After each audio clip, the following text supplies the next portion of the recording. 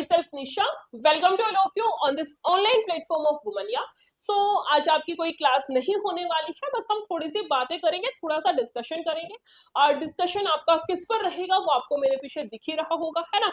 आपके SSC full form अभी नहीं बता रही हूँ, आपके एसएससी पर हम लोग डिस्कशन करेंगे। क्या डिस्कशन करेंगे, कैसे करेंगे, और जो बच्चे फ्रेशर हैं उनके लिए तो ये वीडियो बहुत हेल्पफुल होने वाली है, स्पेशली जो बच्चे जस्ट अभी 12th कर करके उस स्कूल वाली दुनिया से थोड़ा सा बाहर निकले, है ना। तो चलिए एक बारी मैं आपको कुछ बता देती हूँ। आपके ना एग्जाम्स होते हैं, गवर्नमेंट एग्जाम्स आपने सुना होगा, ये तो पता है मैम सरकारी लगना है, लेकिन कैसे लगना है, पाथ क्या है, प्रोसेस क्या है, आप में से बहुत सारे बच्चों को नहीं पता होता। तो बस वही मैं आपको बताने वाली हूँ। देखिए, आप जब तैयारी करना शुरू करते हैं, आप जब 12th क्लास पास कर लेते हैं, स्कूल की दुनिया से बाहर आते हैं, तो आपके एग्जाम्स कराए जाते हैं बहुत सारे लेवल्स पर। जैसे मान लो आपका कोई स्टेट का एग्जाम है, जैसे मान लो आपका पंजाब पुलिस का एग्जाम है, तो आपका स्टेट एग्जाम के अंदर आएगा, ठीक है। आप गुजरात से डिनोट करते हैं मान लो, तो आपका गुजरात पुलिस का जो एग्जाम होगा, चाहे एसआई का हो, कांस्टेबल, किसी का भी हो, वो आपका किसके अंदर आएगा, स्टेट एग्जाम के अंदर आएगा। तो ऐसे ही आपके एग्जाम्स होते हैं, कोई स्टेट एग्जाम हो गया, कोई आपका सेंट्रल लेवल का एग्जाम हो गया, कोई आपका इस तरीके से आपके आरपीएफ के यानी कि रेलवे के एग्जाम्स हो गए। तो हर डिपार्टमेंट अपना अपना एग्जाम कराता है, तो उसी में से एक डिपार्टमेंट आपका होता है एसएससी। आप में से बहुत सारे बच्चों ने नाम सुना होगा। और इस एसएससी का मतलब क्या होता है, सबसे पहले इस पर बात करते हैं। इसका मतलब है स्टाफ सिलेक्शन कमीशन, ठीक है। ये आपके एसएससी का मतलब होता है, सबसे मेन चीज। अब बहुत सारे बच्चों ने सोचा होगा कि मैम हमें इनकम टैक्स ऑफिसर बनना है, किसी ने सोचा होगा एक्साइज इंस्पेक्टर बनना है, लेकिन आपको पता नहीं चलता किस तरीके से, कौन से एग्जाम के थ्रू, क्या क्वालिफिकेशन होनी चाहिए, क्या सिलेबस आएगा जिसके थ्रू की आप ज्वाइन कर सकते हैं। तो बस वही सारी चीजें मैं आपको बताऊंगी। सबसे पहले आप वीडियो को शेयर करेंगे जितना हो सकता है, और उसके बाद हम इन सभी क्वेश्चंस के आंसर्स पर काम करेंगे। तो अगर मैं बात करूं एसएससी की, तो आपके 3 लेवल्स पर एग्जाम कंडक्ट कराती है, ठीक है। कौन कौन से 3 लेवल्स हैं? एक आपका 10th बेस पर होता है, एक आपका 12th बेस पर होता है, और एक आपका ग्रेजुएशन बेस पर होता है। चाहे किसी भी लेवल पर आपका एग्जाम हो, हर एग्जाम के लिए मिनिमम यानी कि कम से कम 18 वर्ष आपकी आयु होना अनिवार्य है। 18 साल आपकी एज होना कंपल्सरी है, चाहे कोई भी किसी भी लेवल का एग्जाम हो। मिनिमम एज 18 है, मैक्सिमम अलग अलग है। किसी एग्जाम में 25 मैक्सिमम है, किसी में 27, किसी में 30, किसी में 32, वो आपका अलग अलग दे रखा है, उसकी बात अभी हम नहीं करेंगे। तो मैंने जैसे कि आपको बताया कि एसएससी का मतलब आपके अलग अलग लेवल्स पर जॉब आपको कंडक्ट कराती है, आपको प्रोवाइड कराती है, जिसमें कि आपके 3, अगर हम आपके इस कंपटीशन की दुनिया की बात कर रही हूं मैं, आप जेई वेई के उनके चक्रों में मत पड़ना, ठीक है। इस कंपटीशन की दुनिया में अगर मैं बात करूं, तो आपकी 10th बेस पर जॉब्स होती है, और 12वीं पास वाले बच्चों के लिए जॉब होती है, और ग्रेजुएशन वाले बच्चों के लिए जॉब होती है, जिसमें आपका 10th बेस पर 2 जॉब कंडक्ट कराई जाती है। एक आपका एसएससी एमटीएस और एक आपका एसएससी जीडी हो गया। एमटीएस का मतलब मल्टीटास्किंग स्टाफ, जिसके की एग्जाम्स जिसके की फॉर्म अभी निकल रखे हैं। एग्जाम आपका अक्टूबर से नवंबर में होना है। जिसमें बच्चे ने फॉर्म अप्लाई नहीं किया है, कर देना। 31 जुलाई आपकी लास्ट डेट है एमटीएस की, ठीक है। 10th लेवल पर एक एमटीएस और एक आपका हो गया एसएससी जीडी। जीडी मतलब आपका जनरल ड्यूटी। सारी चीजों को एक्सप्लेन करूंगी, किस डिपार्टमेंट में क्या पोस्ट मिलती है, बस ध्यान से सुनना है। 10 मिनट का टाइम सिर्फ मैं आपका मैक्सिमम लेने वाली हूँ, ठीक है। आगे चलेंगे मैम 12th बेस पर, यानी कि 12वीं पास जो बच्चा है वो कौन कौन से जॉब के लिए अप्लाई कर सकता है। आप एसएससी सीएचएसएल के लिए कर सकते हैं। सीएचएसएल क्या हो गया, combined higher secondary level test. और एसएससी स्टेनो यानी कि आपका स्टेनोग्राफर जिसको बोलते हैं ना, आप इसके लिए अप्लाई कर सकते हैं, ठीक है। और इसी के साथ में अब बहुत सारे बच्चों के अंदर डाउट आएगा, जैसे मान लो मैं 12वीं पास हूं मान लो, तो मैं किस एग्जाम के लिए कर सकती हूँ। 12वीं पास वालों के लिए तो कर ही सकती हूँ अप्लाई, और इससे छोटे लेवल पर जो है यानी कि 10वीं पास वाले जो है उन पर भी अप्लाई कर सकती हूँ। यानी कि 12वीं पास बच्चा एमटीएस के लिए भी एलिजिबल है, जीडी के लिए भी एलिजिबल है, वो एसएससी सीएचएसएल का फॉर्म भी भर सकता है, और एसएससी स्टेनोग्राफर का भी फॉर्म भर सकता है। उसी के साथ में आगे चलते हैं, आपका जाएगा ग्रेजुएट लेवल की कौन कौन सी जॉब है। उसमें आपका एसएससी सीजीएल और एसएससी सीपीयू आता है। सीजीएल की फुल फॉर्म आपको पता ही होगा, कंबाइंड ग्रेजुएट लेवल टेस्ट, और इसी के साथ में आपका सीपीयू होता है सेंट्रल पुलिस ऑर्गेनाइजेशन। अब इन सारी जॉब्स को मैं थोड़ा सा डिफाइन करके आपको बता दूंगी, मेनली बस यही बताना था। 3 लेवल पर एग्जाम है, 10th बेस जीडी और एमटीएस, 12th बेस में सीएचएसएल और स्टेनो, और आपका ग्रेजुएशन बेस पर होता है एसएससी सीपीओ और आपका सीजीएल। ठीक है, सबकी फुल फॉर्म सारा सब कुछ आपको बहुत अच्छे से पता चल गया होगा आई होप। इसी के साथ में आगे चलते हैं मैम 10th लेवल की जो जॉब है क्या इनके अंदर, एमटीएस के मतलब हम कहाँ के अफसर लगेंगे, कहाँ के क्या लगेंगे, एक बारी बता दो। तो बस उसी चीज पर मैं आपको समझाने आई हूँ, जिसमें आपका है सबसे पहले एसएससी एमटीएस 10th लेवल की जॉब है। इसमें आपको 28 से 30,000, किसी किसी स्टेट में आपका मैक्सिमम 35,000 भी बन जाता है, ये आपकी सैलरी रहेगी। और बहुत सारे बच्चों को डाउट होता है मैम मल्टीटास्किंग स्टाफ का मतलब क्या है। मल्टीटास्किंग स्टाफ का मतलब है जो छोटे मोटे बहुत सारे ऑफिस में काम नहीं होते, आपको वो करने हैं। लाइक आपने अपने आसपास किसी बैंक में देखा होगा, है ना, बैंक में आपने देखा होगा एक बंदा होता है जो सारे छोटे मोटे काम करता है। लाइक कोई फाइल उस टेबल पर भिजवानी है तो उसको बोलेंगे, है ना, बाहर से चाय मंगवानी है तो उसको बोल देंगे, है ना, पानी के लिए कुछ बोलना है बोल देंगे। मतलब छोटे मोटे कामों के लिए जो बोला जाता है वो आपका मल्टीटास्किंग स्टाफ ये एक बंदा होता है, जो हर गवर्नमेंट ऑफिस में आपने देखा होगा। ठीक है, इसमें चपड़ासी की नौकरी इसको बोला जाता है, लेकिन बिल्कुल भी इसमें वो काम नहीं करना पड़ेगा कि झाड़ू लगवा रहे या पोछा लगवा रहे, वो काम आपका नहीं होगा। इस बात को दिमाग में बिठा लो, बहुत सारे बच्चों को भ्रम है, मुझे पता है। सो आपका SSC MTS I hope clear हो गया। इसमें आपको मल्टीटास्किंग एक स्टाफ की जॉब करनी पड़ती है, एक ऐसा स्टाफ जो बहुत सारे छोटे मोटे काम को करता है, ऐसा हेल्पर बोल सकते हैं, जो ऑफिसर है उनकी हेल्प करने में काम करते हैं। ये भी 10th लेवल की जॉब है। ठीक है, एसएससी ही आपकी एक और जॉब कंडक्ट कराती है जो कि आपका एसएससी जीडी है। इसका मतलब है जनरल ड्यूटी। इसका मतलब है आपकी कुछ 7 से 8 पैरामिलिट्रिकल फोर्सेस होती है।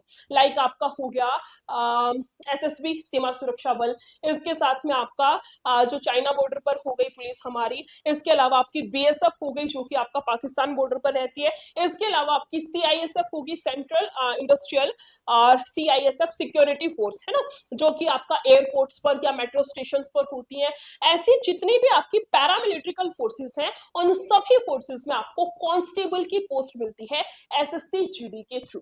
यानी कि एसएससी जीडी का अगर आप एग्जाम क्लियर करते हैं तो 7 से 8 जो पैरामिलिट्रिकल फोर्सेस हैं उनमें से किसी एक फोर्स में वो प्रेफरेंस भरवाई जाती है, वो अलग है, मैं आपको बताऊंगी। उन 7 से 8 फोर्सेस के अंदर एक तरीके से आर्मी के अंदर आपको कांस्टेबल की पोस्ट मिलती है एसएससी जीडी के थ्रू। समझ में आई चीजें? ये फोर्सेस अलग अलग है। जैसे आपने देखा होगा मेट्रो, अगर आपने में से किसी ने यूज की होगी, तो जब मेट्रो में एंट्री लेते हैं तो वो आपको पूरा चेक करते हैं, है ना, मशीन के थ्रू चेक करते हैं। बहुत सारे लोग वहां पर जो आपका सामान जो लगेज आता है उसको चेक करते हैं। अगर वो कांस्टेबल पोस्ट में है तो समझ लेना इन्होंने एसएससी जीडी के थ्रू भर्ती ली है, एसएससी जीडी क्लियर करके इन्होंने ज्वाइनिंग ली है। ऐसे ही आपका जो बीएसएफ हो गया, है ना, इस टाइप से जितने भी आपकी पैरामिलिट्रिकल फोर्सेस है सब में कांस्टेबल की पोस्ट मिलती है। क्लियर हुआ? एमटीएस और जीडी के बीच में डिफरेंस आई थिंक आपको समझ में आ गया। इसी के साथ में अगर बात करूं 12th लेवल की जॉब्स, तो इसमें आपकी दो तरीके की जॉब्स है, जिसमें एक है आपका एसएससी सीएचएसएल। सीएचएसएल में क्या रहेगा, ये आपको बहुत सारे आपके डिपार्टमेंट्स है, लाइक आपका मिनिस्ट्रियल जो डिपार्टमेंट्स रहते हैं ना, जो भी आपके सरकारी विभाग हैं बहुत सारे हैं, उनके अंदर क्लर्क की पोस्ट जिसको बोलते हैं ना, क्लर्क जिसको बोलते हैं, वो वाली पोस्ट आपको मिलेगी सीएचएसएल के थ्रू। इसी के साथ में आते हैं आपका एसएससी स्टेनोग्राफर। स्टेनोग्राफर में क्या है, आपको दिख रहा होगा धड़ धड़ धड़ धड़ टाइपिंग जो करते हैं, ये आपकी नॉर्मल टाइपिंग नहीं होती है। मैं क्लियर कर देती हूँ, स्टेनो आपका बहुत अच्छा है अगर आपको स्टेनोग्राफी आती है तो। जैसे आप टाइपिंग सीखते हैं ना, ऐसे ही एक और लैंग्वेज की टाइपिंग होती है। जैसे आपको बोला जाएगा कि कल, तो कल को आप डिनोट से शो कर दो। एग्जांपल बता रही हूँ, मुझे नहीं आती है। जैसे हम बोलते हैं कि जाएंगे, जाएंगे को कॉमा से, फिर बोलेंगे परसों, परसों को मैम इस सिंबल से, परसों दो व्यक्ति को मैम इस तरीके से। तो ये आपकी एक लैंग्वेज सीखी जाती है। और अगर आपने स्टेनो का कोर्स कर रखा है, अगर आपको स्टेनो आती है तो आप ये वाला फॉर्म भर सकते हैं, है ना, भर सकते हैं, क्योंकि इसमें आती है, मैंने इसलिए बोला है क्योंकि इसमें बाद में आपका टाइपिंग टेस्ट होता है, स्टेनो वाली टाइपिंग का टेस्ट होता है। तो आपको स्टेनोग्राफी अगर आती है तो आप इस फॉर्म के लिए एप्लीकेबल है, आप उसको भर सकते हैं। और एक और स्पेशल बात, इसमें आपका मैथ्स नहीं आता। दो चीजें, दो खास बातें हैं इस एग्जाम की। एक खास बात तो ये रहेगा, इसमें आपका मैथ्स नहीं आता है, और दूसरी बात ये है इसमें आपकी कट ऑफ बहुत लो जाती है। इसमें आपकी कट ऑफ बहुत लो जाती है, यानी कि जिन बच्चों को कंपटीशन नहीं चाहिए, यानी कि थोड़ी सी तैयारी करने पर भी जॉब मिल जाए, ऐसी अगर सरकारी जॉब चाहिए आपको, हो तो आप एसएससी स्टेनोग्राफर की जॉब कर सकते हैं। बस आपको ये स्टेनो का कोर्स सीखना पड़ेगा। क्लियर हुआ? और सिर्फ यही नहीं कि आपने स्टेनो सीख ली, अब बहुत सारे बच्चों का डाउट आएगा, मैं जानती हूँ ना आप लोगों को, कि मैम एसएससी स्टेनो हमने सीख लिया, लेकिन हुआ क्या है, हुआ ये है कि मान लेते हैं आपका एसएससी स्टेनो निकला नहीं, आपने स्टेनोग्राफी सीख ली और स्टेनो निकला नहीं, अब क्या करें? तो ऐसे निराश नहीं होना, आपके पास में और भी बहुत सारे ऑप्शंस होते हैं। जो आपकी पैरामिलिट्रिकल फोर्सेस होते हैं ना, जिनकी बात मैं अभी कर रही थी, बीएसएफ वगैरह, सीआईएसएफ वगैरह, इन सब में भी आपकी स्टेनो की पोस्ट निकलती है। ठीक है, तो बेसिकली आपका ऑफिस वर्क बेसिकली बैठ करके धार धार धार धार ये टाइपिंग करनी होती है। आपने कोर्ट में भी देखा होगा, जज बोलता है, वो साथ के साथ टाइप करते हुए जाते हैं, जज के बिल्कुल नीचे पैरेलल उसके नीचे डायगोनली बैठा हुआ एक बंदा, आपने मूवीज में देखा होगा, वो उधर से बोलता है, वो धड़ धड़ धड़ धड़ सारी बातों को तभी के तभी टाइप कर देता है, तो वो आपका स्टेनोग्राफर है। ठीक है, इसी के साथ में आगे चलते हैं आपकी ग्रेजुएट लेवल की जॉब्स, और इसमें आपका सबसे मेन आता है एसएससी सीजीएल, जिसकी की फुल फॉर्म है आपका कंबाइंड ग्रेजुएट लेवल, है ना। बहुत सारे बच्चों का बचपन से ही सपना होगा, मैम इनकम टैक्स ज्वाइन करना है, मैम कस्टम्स में जाना है, मैम एक्साइज इंस्पेक्टर बनना है ना, नारकोटिक डिपार्टमेंट में जाना है, आपको इंटेलिजेंस ब्यूरो में जाना है। ये जितने भी आपके डिपार्टमेंट है ना, जो कि आपने बचपन से मूवीज में देखे होंगे, ये सारे डिपार्टमेंट्स में अगर आपको ऑफिसर लेवल की जॉब करनी है तो उसके लिए आपको क्लियर करना पड़ेगा एसएससी सीजीएल। ठीक है, आपका एसएससी का बाप बोल सकते हैं, आपका सीजीएल टियर 2 टियर 1 आपके 2 टियर होते हैं, वो सारी चीजें बाद में देखेंगे। मेन ये है, अगर आपको इतने जो ये एक बोल सकते हैं, ये जो डिपार्टमेंट है जिनका नाम मैंने आपको अभी बताया, इनमें से किसी भी डिपार्टमेंट में अगर ऑफिसर लेवल की जॉब चाहिए तो उसके लिए आपको सीजीएल क्लियर करना पड़ेगा। इसी के साथ में आपकी ग्रेजुएशन लेवल पर एक और भी जॉब होती है, जो कि आपका सीपीओ है ना। अगर कंपटीशन की बात करूं तो सीजीएल में कंपटीशन अच्छा है, सीपीओ में बहुत कम है। इसमें भी टियर 1 टियर 2 होता है, लेकिन कंपटीशन बहुत कम है। क्यों?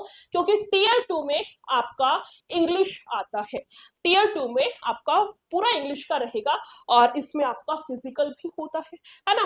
तो जो पढ़ने वाला बच्चा है, ऑब्वियसली अगर आप सीजीएल क्लियर कर रहे हैं तो पढ़ने वाला बच्चा है, पढ़ने वाला बच्चा है, उससे फिजिकल क्लियर नहीं हो पाता। लेकिन जो नहीं होते एवरेज बच्चा, जो पढ़ता भी है, फिजिकली भी फिट है, वो सीपीओ निकाल देते हैं कि मैम पढ़ तो रखी है सारी चीजें, फिजिकल भी थोड़ी सी प्रैक्टिस करेंगे तो निकाल देंगे। तो उस केस में आपको अप्लाई करना है किसके लिए? SSC CPO. इसमें भी टियर 1 टियर 2 होते हैं, और बहुत अच्छी आपकी जॉब है। मैम जॉब बता दो तो जॉब है क्या?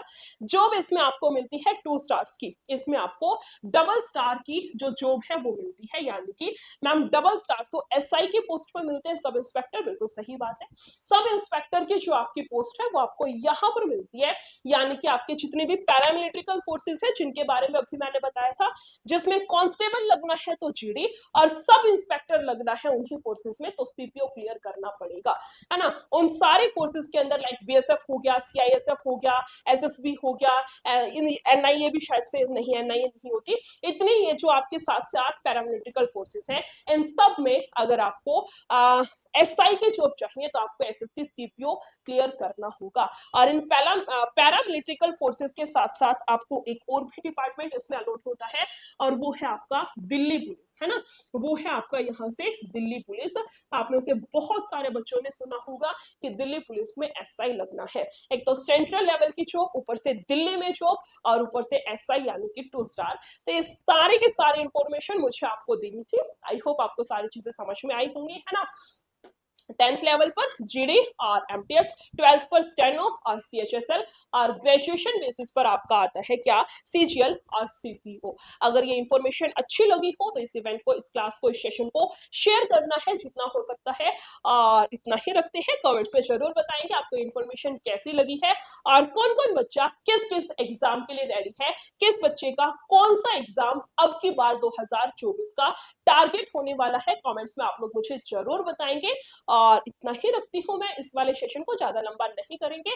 आई होप सारी की सारी इंफॉर्मेशन आपको समझ में आई होगी, और अगर इंफॉर्मेशन अच्छी लगी होगी तो कमेंट्स में जरूर बताएंगे, और फिर मिलते हैं ऐसे ही किसी इंफॉर्मेटिव क्लास के साथ में, इंफॉर्मेटिव सेशन के साथ में। ठीक है, thank you so much, take care, bye bye.